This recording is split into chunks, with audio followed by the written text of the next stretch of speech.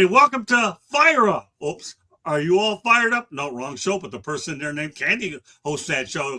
Welcome to another edition of Inside the Baseball. I had to keep Candy on her heels, and we got a loaded show today. We also have a candy bar back on her named Trent Clark Bar. Okay, so if I'm Chris Berman, Candy, make sure you add that as a hashtag because I didn't put that on the original list. But anyways, I'm loaded today, baby, and I got 5 heavy hitters on here. We got Bessemer City Tony on the program. Show it to him, man. Bessemer City, North Carolina. If you haven't heard of it, he threw a curveball at me. We're putting him on again. And we have Eric Katz, the heir apparent to me at some point down the road when my voice goes down. Although it doesn't show any signs yet. But Eric's a really good student. And we have Trent Clark back from Italy. The man can go to Italy and watch the Olympics. He can come on that damn show. And we got Candy. Hello. The head of Fire Up, and of course, my battery mate Barry Foote is back in the house. We go back forever. All right, well, we're going to get to a hell lot of topics here to get to tonight. Glad everybody back, and hopefully, and Warren Brewster's off for the night. No problem. And Warren, do what you got to do. We get it. We love you, but we have Trent on. We could have 7 on any given night, or whoever else I put on this show. All right, well, let's get to some of the main topics here. One of them is this. The LA Angels have reached a settlement with Tyler Skaggs' family for $700+ million in their lawsuit. It was a wrongful death trial, and the amount that was originally sued for was $785 million. Barry, what are your thoughts about what transpired with the Angels and Tyler Skaggs? Well, if anything can go wrong, it will go wrong with the California Angels. So right. It's just an awful situation. I can't, I don't know what the settlement was, but I'm sure it was in the $100 million plus range for sure. And it's just a sad commentary. And, you just got to watch the people you employ. And there's not that much oversight. I can see how that could happen very easily because, the trainers and the physical trainers and things like that at Major League Baseball level get very close to the players. And it's a very bad situation. I hate it. I'm glad to see the family's going to get compensated, but it'll never make up for their son. Oh, yeah, no question. I mean, the lawsuit was $785 million at the time. I don't know what the numbers are. I'm not going to sit here and predict on them, but that was a bad situation for sure. Candy, some thoughts, please. It's just a sad situation all around. I mean, anytime you lose a life, especially how he died, he was on the road with the team, just a lot of negative things that I'm glad they finally reached a settlement. I do know that they're going to set up a charitable foundation in his name. But yeah, just sad all around. Hey, Trent, you've had a history with the Angels. Okay, so obviously you might be the authority on the topic a little bit more than any of us. So please give me your perspectives on this. Yeah, I mean, I agree with all of you on this. It's a horrible kind of scenario, and it's the worst nightmare, right? The family doesn't want this. Nobody wants this. And there's lots of blame going around, I'm sure, from the beginning. And, there's personal responsibility. There's all these things that are happening, and it's tough. But this is an organization that's been mired, and I sometimes. I was there 7 seasons and I avoided, the death toll here, but it's been severe, right? Donnie Moore in '89 was a tragic ending, killed himself. 2009, Nick Adenhurt, a young buck that I coached coming up through the ranks. And Nick had a big promising career in that fatal drunk driver accident. Terrible. And then 18 with Luis Valbuena, another guy, ambush on highway, and now you got Skaggs in 19, and man, it's just it's sometimes it bites, and I don't think any organization is immune to these challenges that really happen. But I think the one thing it raised again is another warning to athletes. You are not above anything. This is not you're just not immune to tragic things, and I think. Sometimes you get the Superman concept and it's scary. And there's just been some real tragic things over the years. And so this is another one of those things. And hopefully, kind of the papers reported, if the settlement's done, healing begins, and I sure hope that's true. Yeah, great points. And you're right. The Angels have been a hard luck organization. They really have. I mean, Artie Moreno has not helped any at all. And letting Mike Scioscia go was the last winning manager as well. So that organization, I kind of wonder at some point, and Eric, I know you have a high opinion, so I'm kind of setting you up for it, okay? And because I know you're one of Artie Moreno's biggest fans, or maybe not, but I'm setting up the air apparent for what he knows he's about to get hit with. But Artie Moreno, does he use this as a business, or does he actually use it like he wants to win? I mean, those are things that obviously they're going to find out. But yeah, they've definitely been hit with a lot. Donnie Moore, there are a lot. So I'm going to send it over to my heir apparent, Eric, and go ahead and proceed with this. Well, when you're a losing organization, the last thing you want is negative publicity, because you already are having some issues on the field, and you're already having issues off the field. The last thing you want is to have them to have them off the field, and otherwise you look like Dan Snyder ran in Washington. Right. But the thing about it is, like, the whole thing could have been preventable. From the little bit that I've read about it, like, they knew this guy had problems before coming into the organization, yet they employed him anyway. I mean, the fact that they knew about all these problems, like his, and stuff like that. I get he's trying to, do a job, whatever. But the fact that they already knew about all this and employed him anyway makes the situation that much worse. It's an unforced error. It's truly tragic what happened. That you employed this man, that, the pitcher, they knew he had problems too. He's not a saint here. I mean, the media is making his family look like the saints here, but let's be honest, they aren't either, because the guy had his own issues. But the fact that they were able to come up with a settlement is great, though. But this whole thing was an unforced error, and it could have been prevented. But Artie Moreno can't win on the field and apparently can't win off the field. It makes him no better than Dan Snyder right now. There you go, Candy. There's a Dan Snyder reference for you. Okay, go ahead, Tony. Yeah, I mean, just to echo everybody, of course, it's sad. Another sad thing is the father's not here to see the settlement, to at least have his piece of closure in this. He passed away a couple months ago. I was reading. It seems like legally they decided to just end this, instead of having to keep going through and hashing it out. I'm sure we're now 7 years almost.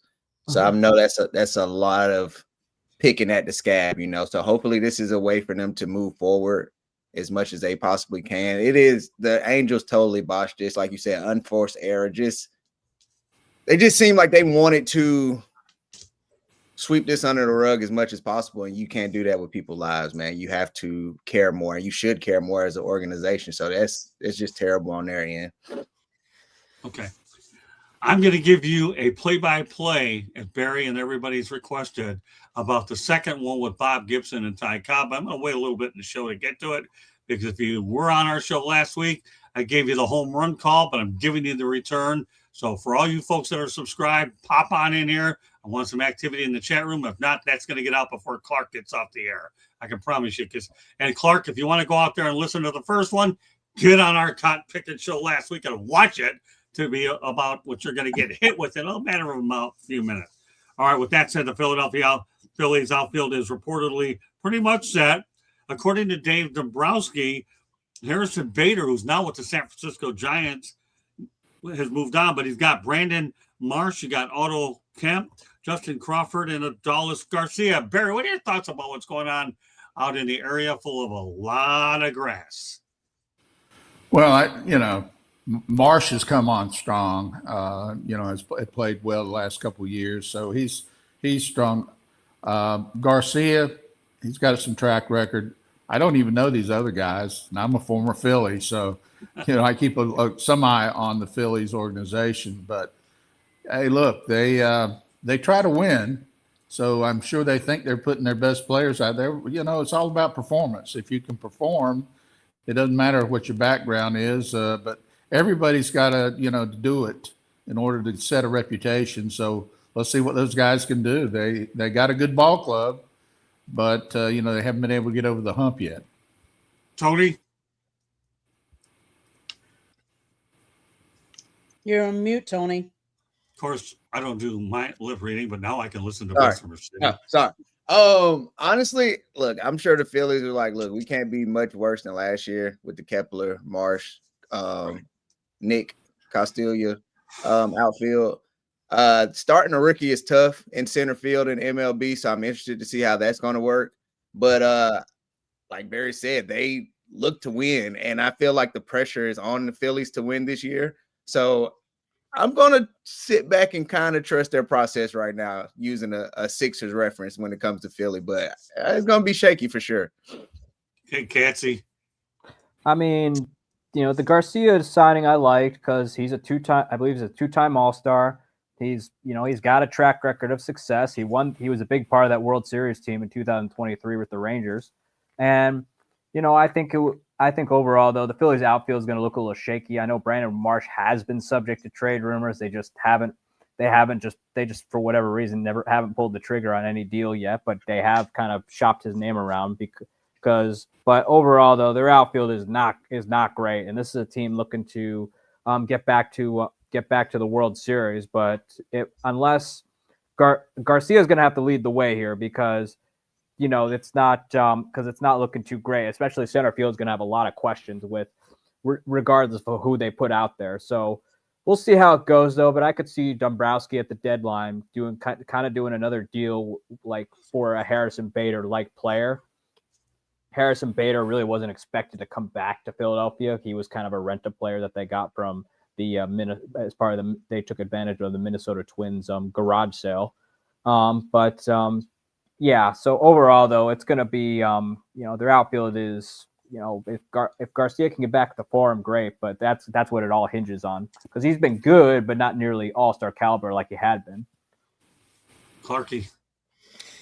Yeah, I don't know a lot about Justin Crawford as a rookie coming in. I think that's a tough spot, man, to come in and be a rookie in Philly. That's such a forgiving crowd, too.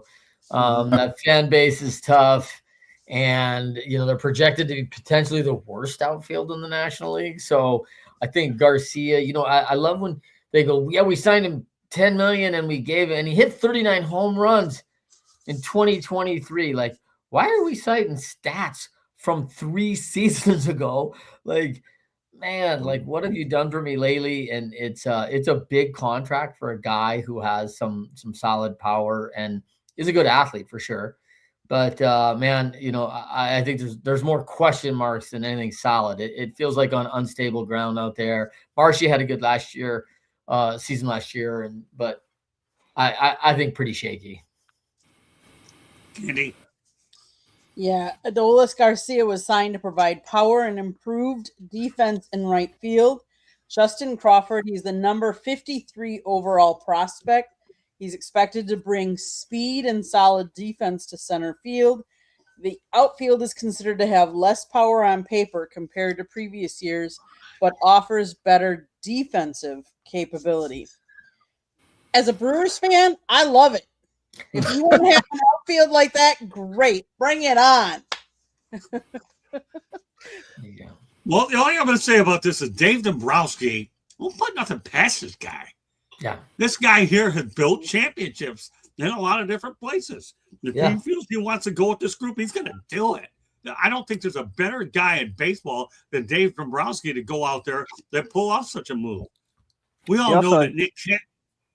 Pardon me? I was going to say, too, he has yet to really do that Dave Dombrowski all-in special that he's known for doing everywhere he's gone. He hasn't yet to do that in Philadelphia. People keep saying this is the year where he does it, and he hasn't yet. Precise.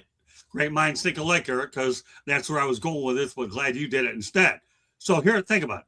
The Phillies get rid of Nick Castellanos, okay? They let him go for practically nothing, Nick Castellanos. But Dave Dombrowski's capable of making shrewd decisions all day long.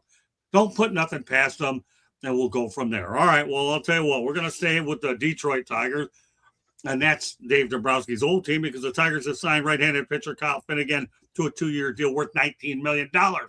Barry, the Tigers picked up Finnegan as a trade deadline guy. They were able to at least keep him anyways. What are your thoughts about Kyle Finnegan being a very strong asset on the back end of that Detroit bullpen?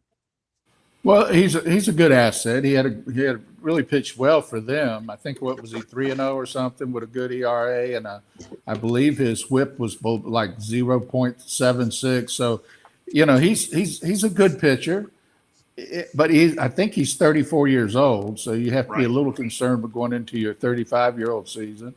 But and it's nice to see that. Sort of a mediocre guy can make $9.5 million a year. That's pretty strong. But they needed him back. He did a really good job for them. So it's a good addition for them for sure. Plus, he's from the Metro Detroit area as well. So he's a hometown guy that could stay home. And that's not the worst thing in the world either. All right, Clark. Yeah, so interesting, like on Kyle, his dad was a scab player. His dad, Willie, was a scab player for Detroit in 1995, with just weeks away from fulfilling a dream playing in the major leagues as a scab player when that all ended. His father's dream kind of being a Tiger, Kyle gets to fill. Kind of cool. And like you said, like $19.5 million. Like, man, that's pretty good. $9.5 million a year for two. Good for him. At the end of his career, but as a short relief guy on the back end of the bullpen, I mean, probably a lot of life there. So staying pretty healthy, always been a fit guy, takes care of himself. Big drink. So, I think it's a decent sign for the Tigers. And I think with Skubal and some of the things, I do think it's a little now or never for Detroit. Like, you either got to get it done this year, because I think like the sand's running out of the hourglass. Well, yeah, of course, Craig. It's a win now move. They're bolstering that pitching staff. I'll be curious to see what they end up doing later. But that's a good way to set up Catchy. Go on, Eric. Well, it's a good move. He was solid for him after coming over from the Nationals, and it was overall great move. He really solidified the back end of the bullpen, because what they were trying to do was kind of run back what they did the previous year, which is just have a bunch of arms and kind of mix and match their closer situation. But it ended up not working out. I know that it wasn't. I know that they're I forget who's in charge there now. Scott Harris. I believe Scott Harris was a Rays guy, and he's obviously Tampa has done that for years and had done that for years up until actually, excuse me, he's not a Rays guy. He did it in San Francisco and had some success, right. but obviously it didn't work. So they went after him, and they managed to keep Finnegan, who's 34. So they're getting him for you didn't have to spend a whole lot of money to keep him, and he was solid for him. Why not just run that back? So overall, good move by the Tigers, though, because he kind of will hopefully solidify the ninth inning for them. All right, Tony. Yeah, I think his short stint or half a season last year with Detroit is what solidifies it for him. He went 1.5 ERA in the 6 games, 3-0, like Barry has said. And Detroit has to spend the money. They have to go for it. This is probably last year for Skeens, right? This is probably it after this. And you have to try and win it. It's never too many arms, too. And if he showed that he can thrive in a place like Detroit and he's played well there, you got to keep somebody like that. Oddly enough, when you see the money going around, $19 million is great for us. That's not crazy nowadays. These guys are getting paid buku money. So if you can get a solid arm that you already know and you've had in your system that you're used to, you got to bring them back, and they're doing it. Okay, Candy. The Tigers have increased their spending significantly in 2026 to support a contending roster, moving away from their lower tier payroll rankings in previous years. Kyle, so far, his win-loss record is 26-30. Earned run average is 3.55 over his career. 343 strikeouts with 112 saves. Pretty much for Detroit, you always need pitchers that can, at the end, you have your Scooble and you have your starting. You need pitchers to close and pitchers that can eat innings. So good signing for them. And since they're willing to spend more, might as well. Yeah, I think the other thing, that you got to consider at Motor City is that this guy spent 7 years in the minors, right? Like he's only got 5 full major league seasons under his belt, and that does intrigue me from a guy that took 7 years after a college career at Texas State. He signed, so Texas State Division I school, so he's got to wait till his junior year. So he signs at 21.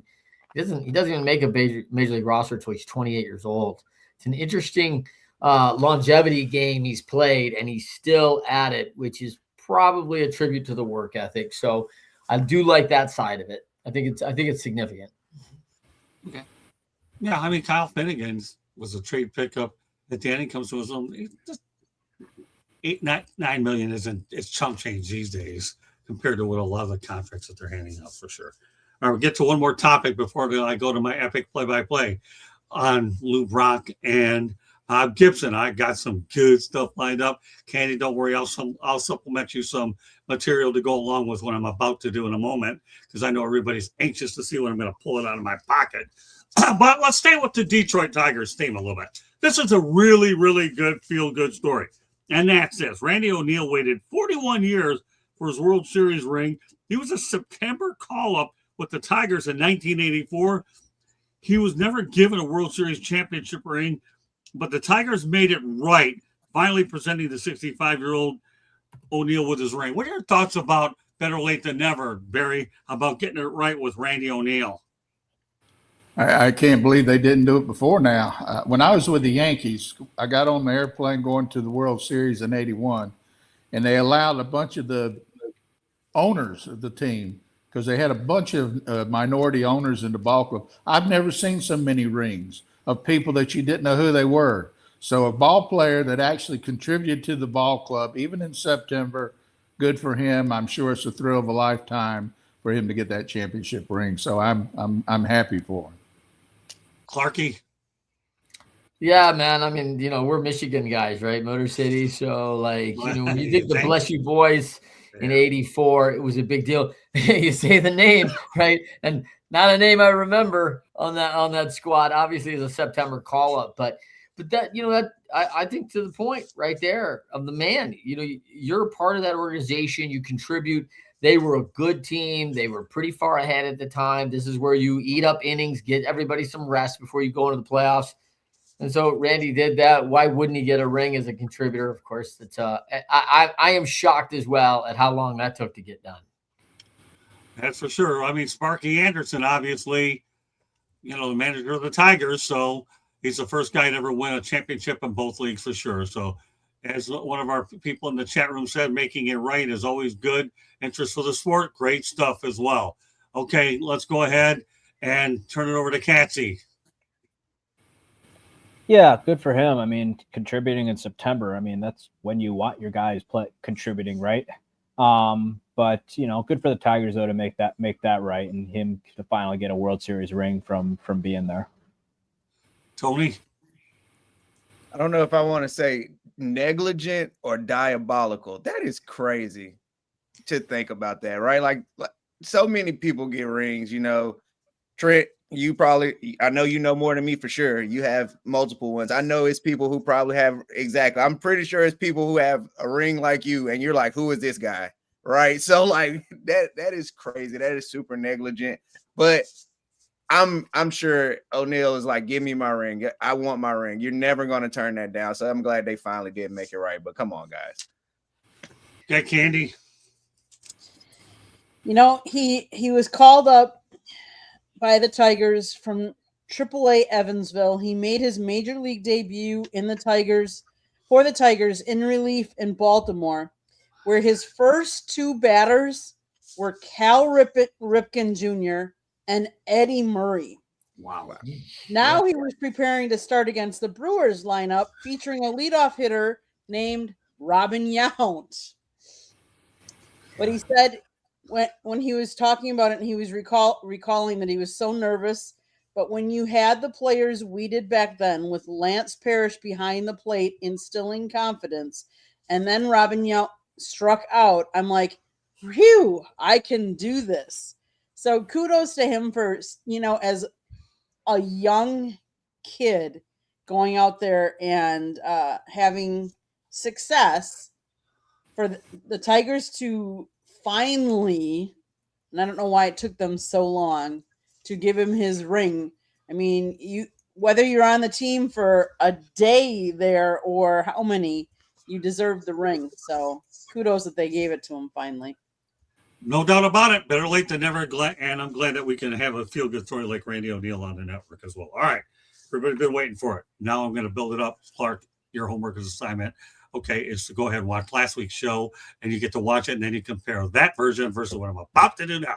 All right, I'm going to set the stage here for Ty Cobb and Bob Gibson. This game is being played at Tiger Stadium in Detroit. Game 7 of the World Series, people. Who cares what the hell it is? It doesn't make a lick of difference. Well, let's add a little World Series to it, please. And keep in mind, okay, just on a little bit of history for Ty Cobb, he hit his first home run in 1905. That's his first home run. So everybody, he hit his first home run, but now he's going to hit one that everybody, well, we don't know if that stuff goes viral, but heck the heck, it'll be viral in my mind. Who knows if I ever get a play-by-play gig. But tear that motor mouth. Forget the Diet Mountain Dew. I don't need that. I'm fired up for play-by-play. All right, we'll give you a little bit of a version, because I've been building up for this here. All right, we have Ty Cobb at the plate, and you've got Bob Gibson on the mound. Mickey Loach, by the way, is his counterpart pitcher, for those of you that want to know. And this is Game 7 of the World Series out in St. Louis. God only knows what stadium it was back then. Who cares? All right, the first pitch by Gibson over to Cobb. Is that tight? Oh, Ty Cobb don't like that one, and he is backed off. Ty Cobb giving Gibson the old evil look. Then again, Bob Gibson will throw at you anyways. It doesn't make a lick of difference. And now we go back for round 2 here. The second pitch. Another pitch inside. Oh, Cobb is upset. The Georgia Peach is the man known for his spikes. If you get him mad, okay, watch out. Here's a 2-0 pitch. Here's one right down the middle, strike one. So Ty Cobb looking at the 2-1 pitch. Another strike right down the middle. 2 balls and 2 strikes. There's the pitch. And Ty Cobb just got hit by Bob Gibson. Oh, my. In the eyes of Dick Enberg, in the eyes of Scott Morgan. Oh, my God. And what's going on right now? We have a brawl, people. The benches are clearing. Ty Cobb is punching Bob Gibson. He's giving it back to him. Oh, my goodness. Ty Cobb has actually taken his metal spike and spiked Bob Gibson. I might get a little bit of Band-Aids there and some stitches, because that's exactly what Bob Gibson's going to need. And now the umpires are getting, and Rocky Rowe has thrown out both players. Bob Gibson and Ty Cobb have both been thrown out. Huey Jennings and Whitey Herzog, the respective managers, have some work to do. And the information we're getting is that Jim Lonborg is going to pitch, and Ron LaFleur is going to have to go ahead and pinch run for Cobb. My goodness, you cannot get a nastier situation at the plate. And my goodness, a man out of Jackson State Prison is me running for Ron LaFleur. I mean, it doesn't get any better than this. Is in Hollywood, people. I don't know what the heck it is, but it's Bob Gibson against Ty Cobb. 2 people that are in the Baseball Hall of Fame. And there is nobody in the world that thinks that they can duplicate this broadcast and play-by-play, because there's nobody sane enough to figure out what I just did. But anyways, Bob Gibson and Ty Cobb taking showers. And as we continue with Game 7 of the World Series, Rocky Rowe had enough, so I'm going to get rid of these guys anyway. We'll see how it plays out. Thank you very much for joining us on the WSBN Sports Network for live coverage of the World Series, as you had the St. Louis Cardinals and you have the Detroit Tigers, presented by Bob Gibson and Ty Cobb. There you have it, people. Okay. Very good. Okay, Barry, what do you think? I'm very disappointed in Tim McCarver. How in the world did Cobb get to the pitcher? So that's what I want to know. I'd like to ask Timmy that right now. There you go. All right, Tim McCarver. There you go. All right, Clarky, I know you're eating this one up. Thank you. Yeah, I love the thought. I think Bob Gibson absolutely whips Ty Cobb's ass, by the way. So I don't know with the size of Bob Gibson and that big wingspan if Ty Cobb ever gets in enough close enough to get a spike on him, but but I think always an interesting match. And to smack you at 2-2 might actually be a Bob Gibson move right there. He's up the accountant and just puts one right in between your numbers. I think that could happen. Well, let me tell you, Ty Cobb used to go ahead and sharpen his cleats just to step on people's feet. So the fact that he nailed Bob Gibson's all right. All right, Catsy, we know what you're way you're ahead of time. You're 30 going on 90 when it comes to this baseball business. Give me your critique of what I just put out there for all the insane people or the same people trying to figure out on YouTube where this thing is going. You portrayed Bob Gibson as defenseless out there, and Tim McCarver would hold him back. Trust me. So like, I don't think it would have been as clean of a fight as portrayed. Because I think a lot more people would be out there. A lot more people would be out there, and I promise you, it'd be a lot more than just a lot more than Bob Gibson and Ty Cobb being ejected. I promise you.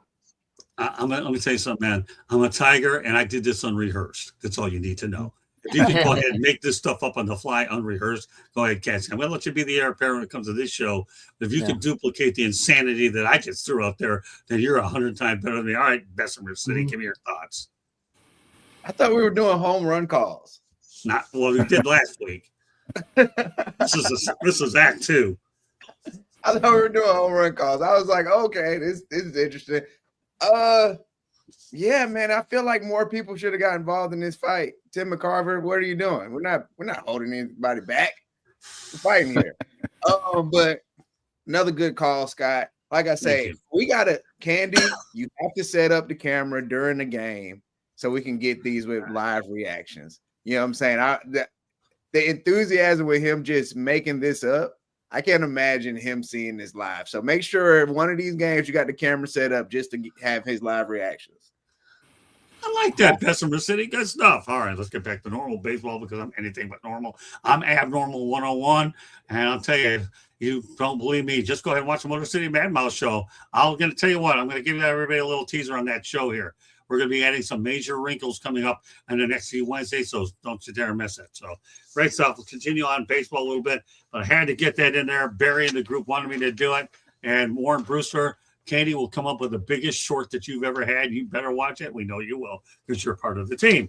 All right, let's talk about our featured topic of the night, the Hall of Famers in the 2006 World Baseball Classic in 2006. Include, I'm sure you've heard of them, Derek Jeter, Ichiro Suzuki, Chipper Jones, Ken Griffey Jr., David Ortiz, Carlos Beltran, Adrian Beltre, Mike Piazza, Ivan Rodriguez, Andrew Jones, and of course, Andrew Jones. Where is he from? A place Candy and I are going back to, the Netherlands. Okay. Mary, what are your thoughts about this group? Pretty good group, isn't it?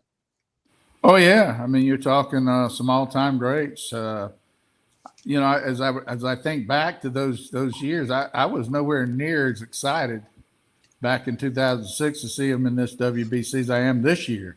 So I'm very excited about this year's series.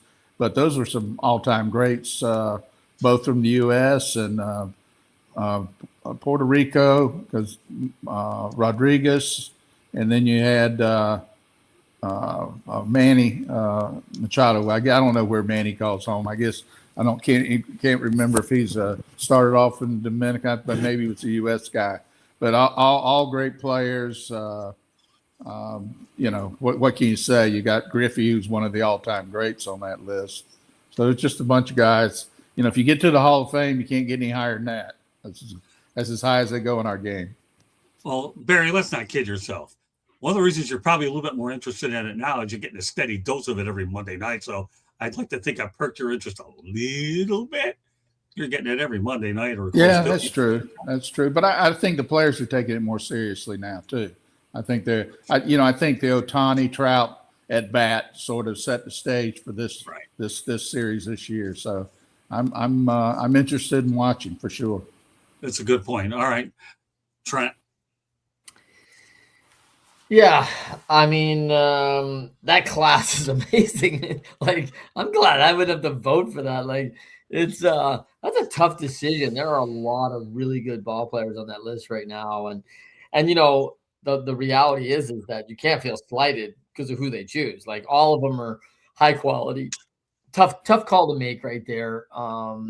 And wow, I mean, it's the Hall of Fame list, right? So Right. not surprising, but man, it really is a who's list, and I feel a little bit bad for a couple of folks that just aren't going to get there because of who they're up against. Right. Catsy?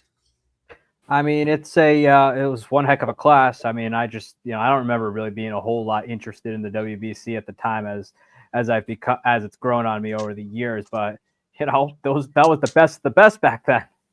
A bunch of you had a bunch of Hall of Famers playing in that game at the time. I remember it was first introduced because baseballs at the Olympics had been eliminated along with softball because not every country plays it. So they came up with a WBC to showcase baseball on the international stage. And since that time, though, the WBC has come a long way. Tony? Yeah, it's crazy that you list all those people, and my interest at the time wasn't as high as it is now. You think about all-timers. You think about people who made me love baseball when you talk like Ken Griffey and stuff. And it was like, WBC. Okay, whatever. But like now we get to this year, and I think what Barry said last WBC was like that movie that just left you with the cliffhanger of wanting more. You have Ohtani striking out Trout, who at the time was probably looked at as the best American player. Ohtani's looked at as the best international player in that sense, and they're going head to head, and we want more of that. So it's cool that the lack of interest at that moment didn't deter the Stars now from wanting to play and be a part of it, because now the eyes are on it more than ever. So we want to see all these great players, and it's cool that they're participating in this. Candy? Back in the World Baseball Classic in 2006, Ken Griffey Jr. played. He batted .524 with 2 doubles, 3 home runs, and 10 ribbies in 6 games. And the list that you listed, Scott, is just an amazing list of baseball players that you just love to watch. I mean, and I'm glad and I'm excited to watch this year's, because I think more of the stars are playing for different teams. And I think it'll be really interesting and neat to watch this year. Can't wait for it. All right. You know what? And Barry mentioned Manny Machado. I'm going to actually follow up with this. Barry, thanks for bringing him up, because now you just figured out what a segue is. Thanks, Barry. Great stuff. Boy, you've been good at this. I just wish I knew what segue meant. So go ahead. That's okay. Stick around me. I'll show you a couple of tricks. I'll never know as much as you taught me about baseball. But segue is a lead-in to what we're doing, just so you know. Right. Okay. But now you know what segue is. Oh, you're welcome. Don't worry. You know way more about baseball. I just figure out this broadcasting stuff. I've only been doing it since I was 47 years. I can't even count that anyway. All right, but anyway, Manny Machado does plan to play in the 2026 Baseball Classic. Guess where? The Dominican Baseball Federation as well. So the Dominican Republic, that's where he's at. Barry, what are your thoughts about Manny Machado playing for Dominican Republic? Well, Manny's a great player. He'll do a good job. I'm not a big Manny Machado fan, but I appreciate his capabilities. But I've seen him do a couple dirty things on the field, and I'm not a big fan of his, to be honest with you. But I do appreciate his capabilities. He's a great player, just not my kind of player.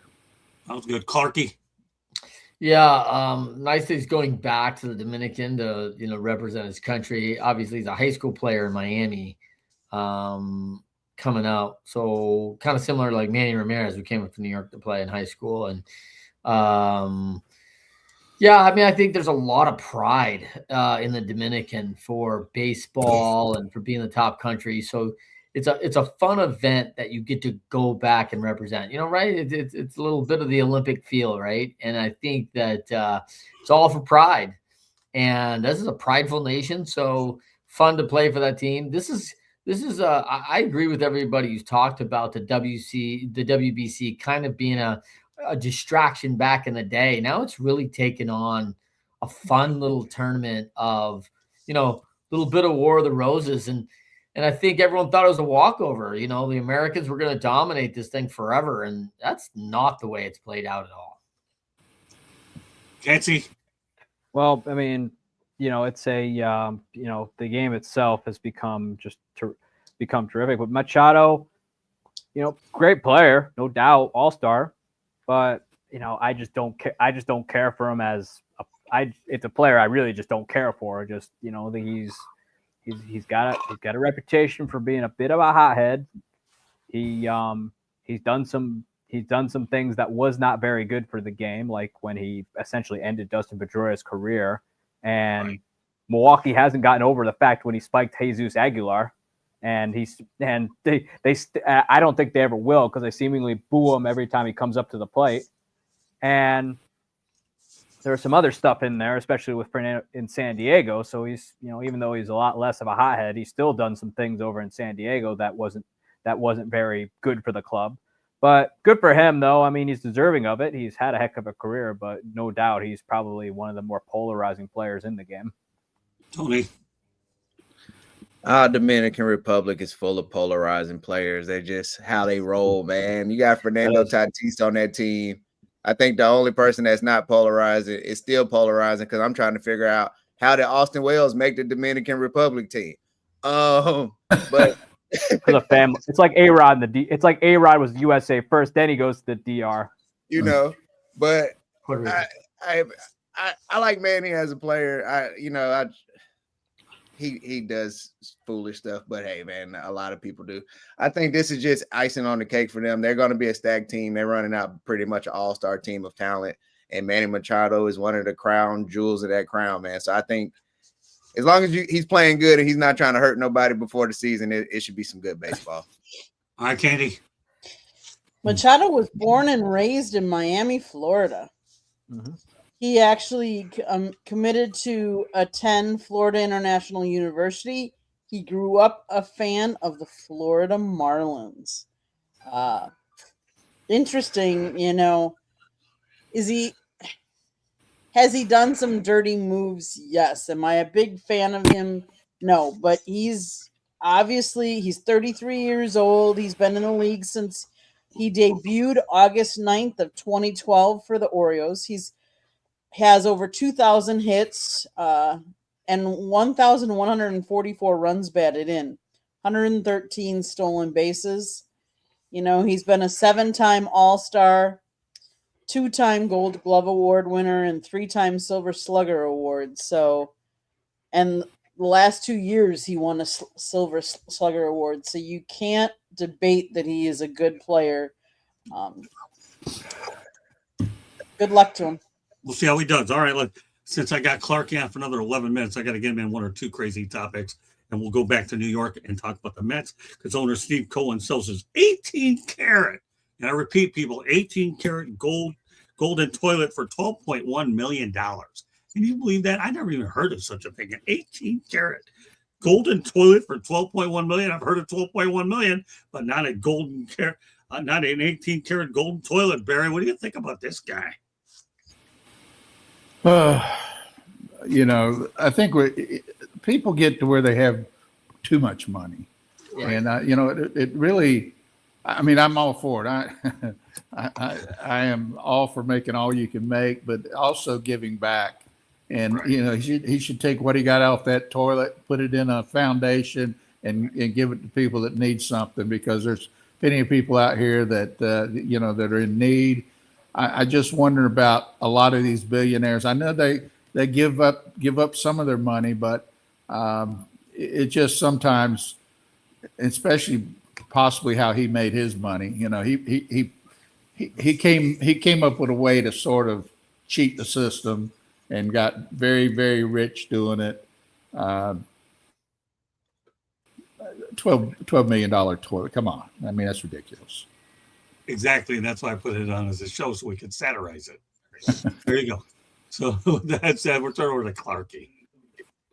Yeah, it's hard to believe this crap, right? Like, I think that it's just silly. I mean, I probably melt it down is what I do with gold being the price that it is right now. But like, it's just to the point of Barry. Like, there's a lot of things in this world, and this is, it's clearly an ego move. And I tell you, for a buyer, I'm almost embarrassed for them, and I think they should be a little bit embarrassed.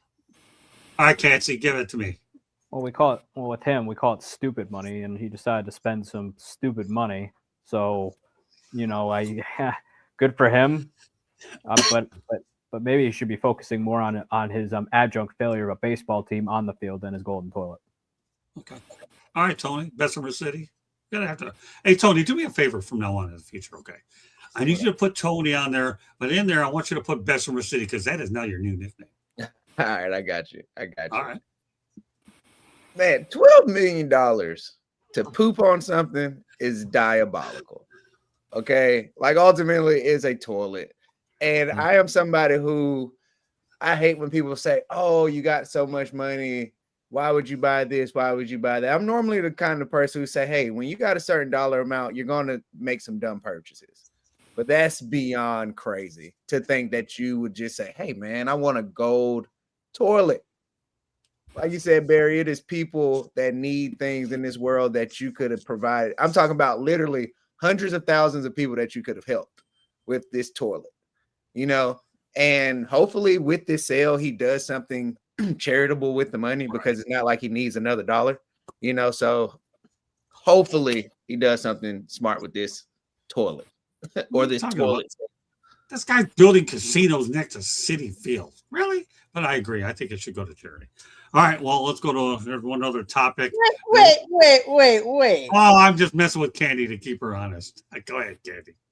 This functional 18-karat gold toilet was created in 2016 by Maurizio Catalan. It was famously offered to the White House in 2017.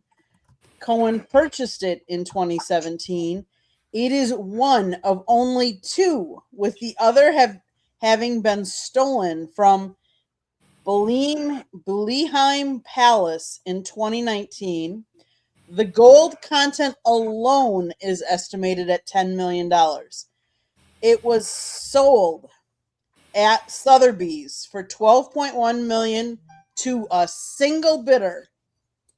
Ripley's, believe it or not, that was the bidder that bought it for $12.1 million. See, I kept Candy on her heels just to mess with her a little bit. I guess she's always wants to be last. But I'll tell you, her research is second to none. All I can say is give it to charity. As far as I'm concerned, I hope he does anyways, or something happens with it anyways. But forget it. He's going to invest in those casinos adjacent to City Field. We'll leave it at that. All right, we're going to go to Victor Conte, who passed away at the age of 75 recently. He's the founder of Belco and SNAC after a cancer battle. Well, let's face reality, Barry. This guy here obviously opened up Pandora's box for a lot of the PEDs. What are your thoughts about Victor Conte? Well, it seems like he should have worked a little bit more on longevity drugs rather than PEDs. But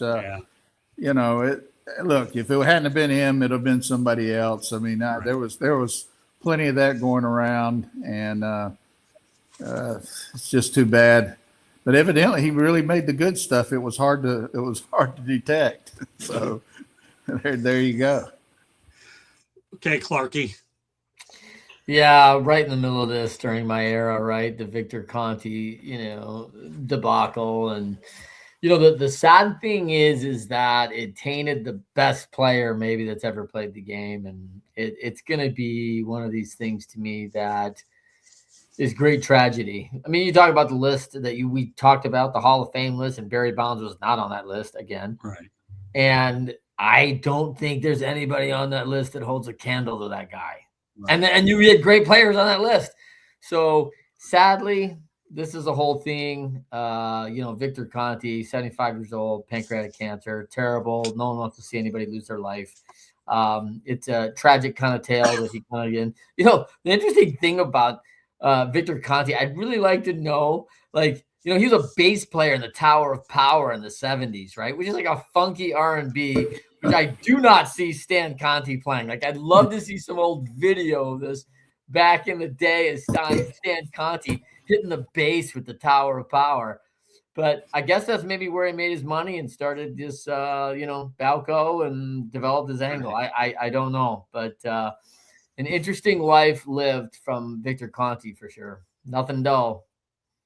Okay, Catsy. Well, ultimately, his reputation never recovered after the Balco scandal with Barry Bonds, Jason Giambi, Marion Jones, and others. Which actually some of the athletes actually went to jail for lying. Marion Jones being one of them. But yeah, I think that you can look, you just look at it as a very polarizing figure when he kind of blew the top off of Major League Baseball's steroid problem, which obviously he definitely wasn't the only one, because about 10, 11 years later we had biogenesis, which similar situation, except only baseball players, Ryan Braun and Alex Rodriguez being the headliners there. But it's it's definitely definitely lived a polarizing life, that's for sure. Tony. Super polarizing. And we talk a lot about letting players in the Hall of Fame, even in a special room or with the asterisk. The asterisk is Conti. Like, he is the asterisk. You know what I'm saying? If it's the special room, it should be the room that Conti built in Cooperstown, if that's how you want to put those people in, because he's the cloud that hangs over most of these people. Like you said, I mean, once you go to biogenesis and stuff, that's like the next generation. But over the golden era of steroids, if that's infamous term you want to use or something, but that would be him. He would be the wing of the Hall of Fame for steroids for sure. No question about it, Tony. That's a great point. I don't think he'd make the Hall of Fame anyways for what he did, but I understand the asterisk aspect of what you're talking about and the individuals that contribute to PEDs. Victor Conti belongs in the Hall of Shame, not Hall of Fame. But I understand where a lot of people, including Bob Costas, has said, let these people in, but put them in a separate part like they've done. But they still acknowledge the steroid stuff in the Hall of Fame, but there's no way anybody's getting in there. But Tony, you make some excellent points. Candy, I won't forget you. I was just messing with you before. That's okay. I mean, he's had such different things that he's done in his life. I mean, he graduated in high school and received an athletic scholarship from Fresno State University for his talent as a runner. Instead, he attended Fresno City College, but dropped out of college in 1969 after being convinced by his cousin, musician Bruce Conti, to join the band Common Ground as its bass player.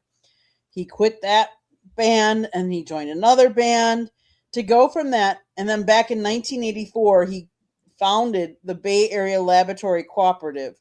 And from there, obviously, they developed the band Steroids, and the list goes on and on for what he's all done. But just what a background. Here he was going to be a runner. He went to college on a scholarship for running, and then to be a musician, and then a sports nutrition center and steroids, and have all that background. Unfortunately, he lost his life, pancreatic cancer. Okay, let's go to the chat room real quick. Raul Havana, yeah, Pete Rose deserves to be in the Hall of Fame. I have a feeling at some point he's going to get in posthumously, but yeah, there's a debate there.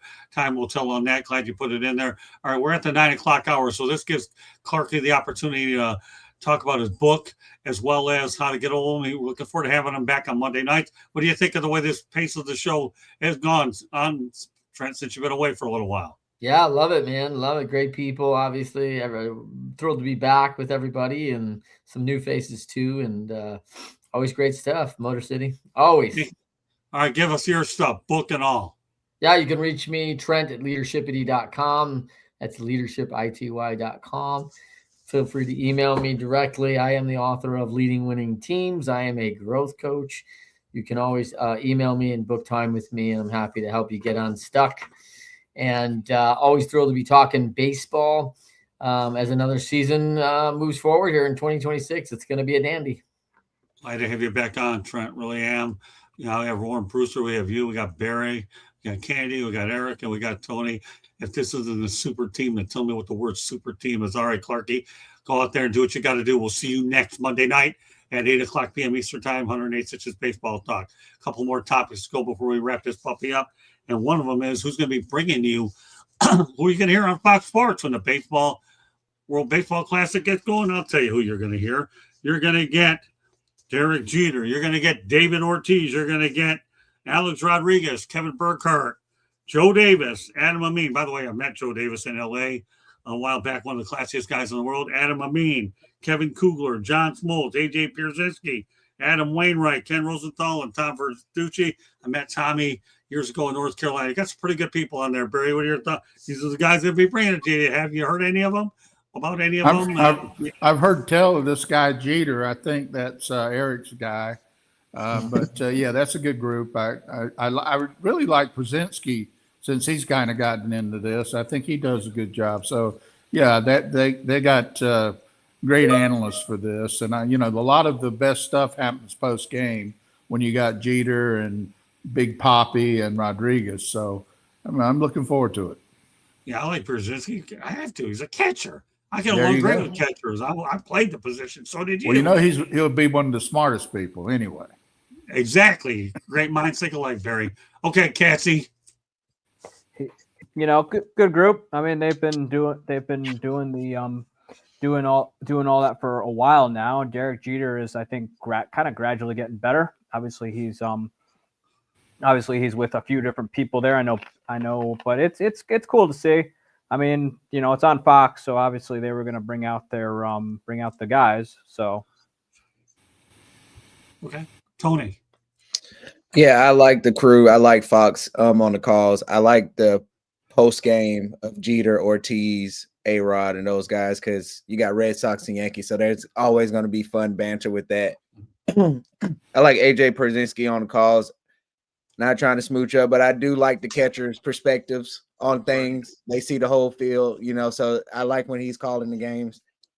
Actually got to meet him at the winter meeting. Is a real cool guy. So, yeah, I like Fox calls always. So, well, let's not kid yourself. Joe Davis had the dubious task of, taking Vin Scully's place. That's not the easiest third.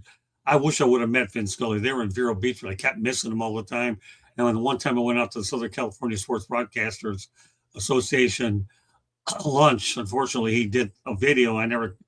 But I love Vin Scully for sure. He's definitely one of the all-time greats. All right, Candy.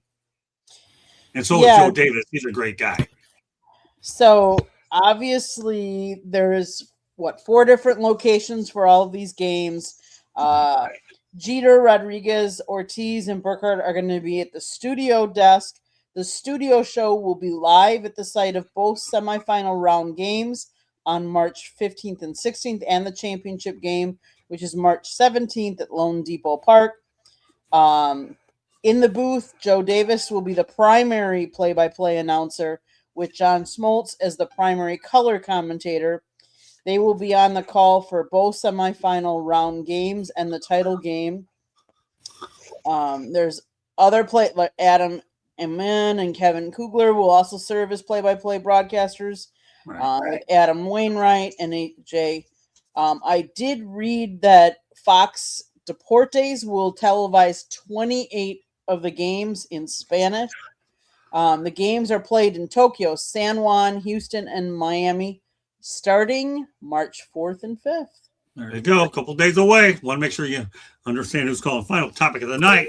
What are you going to talk about? The World Baseball Classic? Of course, because George Springer, Arenado, and Riley Green have been invited to play for Puerto Rico in 2026 World Baseball Classic. Well, Barry got another strong group out in Puerto Rico. What are your thoughts about Springer, Arenado, and Riley Green? A big part of the Detroit Tigers team. How did Riley Green get in that group? What's his background that got him there? I don't know. I don't know. Well, yeah, I mean, he's a great player. I mean, it certainly makes him a lot stronger team with those guys, and they're all good players. So good for them. It'll help the competitiveness of the series, I think. So that'll be good. Well, that's it. Competitiveness. Barry is a key word in this whole thing. Competitiveness. You want competitiveness all the way around. What are the odds of you getting an upset before the inevitable happens with Japan and U.S.? I don't know, but it's going to make it interesting all the way around nonetheless. And that's why I keep adding these WBC editions. And don't be surprised if I throw a few other players in as we go along next week in case we've overlooked a few. All right, Cassie. I mean, good for Arenado to go out to get to represent one last time. I know his career is starting to kind of come to an end here, and he's but good for him. I mean, it's going to be an interesting tournament, that's for sure, because I feel like the main players, the U.S. and the Dominican Republic are very strong, and I wouldn't be surprised though if we see the DR upset Japan, because I feel like we keep on saying this about the DR, but this year I think they're the strongest they've been in a while. Tony, or Bessemer City. He'll change it. Barry, good question. Riley Green is literally from right down the street from me in Oviedo. My son plays games at Haggerty where he played high school. So I have no idea how he ended up, Puerto Rico. But hey, you get in where you fit in, and Puerto Rico is part of the United States. So I guess that works. Yeah. That's a workaround. Nolan Arenado, hey, get in where you fit in as well. He was on Team USA the last 2 World Baseball Classics, so I guess he still wants to play. And Puerto Rico was in desperate need of players, so I'm glad that this is going to help them field the team because they was running out of bodies due to insurance. And they got competitive players. They didn't just get a couple guys and Joes off the street. So this should be good for Puerto Rico. All right, Candy. I was trying to do some research here. But it's, we all are looking forward to watching all these teams and all these guys play for different teams in the World Baseball Classic. Fair enough. Okay, well, this is 108 Stitches Baseball Talk. I'm your host, Scott Morgan, Motor City Madmouth. Pleased to be joined by Eric Katz, Tony, Candy, and my battery mate, Barry Foote. We also have Warren Brewster that comes on, Trent Clark as well. With that said, Barry, let everybody know how they can get a hold of you. You can reach me on Gmail at bfootxx@gmail.com. And on Monday nights, right here with Scotty. Yeah, I love it when they call me that. Of course, I've only known him forever. It's okay. All right, Cassie. You can follow me on my Twitter at Sports Team News and check out my blog at BellioSports.com where I'm writing about all things Milwaukee Brewers. And if you think I don't like your team, I probably don't. Well, here's the thing. When people call me Scotty, that means they actually like me. That's right. That's what I've known. I've always hesitated to call you that. I've thought about it. I've always hesitated because I was like, well, I don't know how he's going to react to it, so I better not. You and I have a different relationship. You're a father-son kid. Yeah. But when people call me Scotty, they like me. One of the favorite guys I actually remember was Jason Latimer, who actually used to work for the Miami Marlins. He's out in the St. Petersburg area, Clearwater area. He used to call me Scotty all the time. I guess that was good when the PR guy likes you, and he's calling you by that name. All right, Tony, a piece of new information out there. I've heard it all. It doesn't make any difference. All right, go ahead. Yeah, you can find me at Talking Game 1 on all social media, Tony Talking Game on YouTube, and go check out the last episode of Talking Game. We got Eric talking Brewers baseball. Boy, I love it when my guys work together. All right, Candy, give us a station break. Final one of the night, anyways. South Florida Tribune Publishing Company published a book, Lessons from the Microphone, Tuning into the Enduring Wisdom of Visionary Leaders. It is written by our host, Scott Motor City Madmouth Morganroth. Talks about his 40-plus years in the industry. Old school media versus new school media. Get your copy today. There's also a picture of a young Scott with a young Tommy Lasorda. Get the book to see the picture. It's available on Amazon, Barnes & Noble, Kindle, Google, and Apple Books. We also have audio format, so wherever you get your audio book. Last but not least, there's also a link on our website, www.southfloridatribune.com, where there is a plethora of great content. So go check it out. If you like to listen to podcasts, you can find us wherever you get your podcasts. If you want to be an advertiser, you want to sponsor one of our shows, you have topic ideas, you want to be a guest on a show, email us at southfloridatribune@gmail.com. Last but not least, if you see that red subscribe button in that lower right-hand corner, that means you have not yet subscribed to our YouTube channel. What are you waiting for? Just click it, like us, share us with all your friends and family, and then turn on your notifications so you're notified every time we go live. Monday nights is baseball night. Tuesday nights is football night. Wednesday nights, I swear, you never know what Scott's got up his bag of tricks, so tune in to find out. Thursday nights, yeah, come on over to the country club, as Scott affectionately calls it, my fire up show. And you never know what I've got up my bag of tricks, although Scott's got a bigger bag of tricks than I do. And then Saturday mornings, make sure your notifications are turned on. Sometimes we'll be going live on Saturdays with more baseball talk. Just depends on how this spring season goes, whether we're out on the trail on the spring training field or if we're in the studio. So make sure your notifications are turned on. Back to you, Scott. Well said, Candy. That's it, man. Baseball, Monday Night Baseball here on the network. 108 stitches baseball talk style. And of course, we have it Saturday. Of course, once we go to the regular season, our starting time, Eric and Tony, just so you know, will actually be 9:00 a.m. Eastern time when it becomes a lone show during season. So just giving you guys a little bit of a heads up. So talking game, and I'll tell you one, talking baseball, talking game is his. He does a whale of a job anyways. But talking baseball is one of those shows where we're going to give you a lot of information and load it. And I'll tell you, you talk about two different shows. That one gives you information and insights. This one, I just sit there and throw the haymakers at you and sprinkle a little bit of that and a little bit of that. So it just depends on how you like your baseball delivered. The information, haymakers, it don't make a lick. That's what we want to see in here anyway. So 9:00 a.m. Eastern time will be when that show is, when we get it going again, just to let everybody know if you're putting it down on paper. And we're going to make sure you don't miss anything that I can conceivably find a way to do it. So great job by the group tonight. We had 6 of us: Trent, Barry, Candy, Eric, Tony. And what do? I don't do anything except try to steer the ship and not screw it up. So, but anyways, on behalf of Barry Foote, Candy Ebling, Eric Katz, Tony Clark, and Trent Clark, that concludes this edition of 108 Stitches Baseball Talk. Tomorrow night, Inside the Pigskin. That will start at around 8:30 p.m. Eastern time. So if you want to join us, that's our time. So meanwhile, on behalf of the crew, love them all. Thank you very much for joining us. See you next Monday night. Bye now.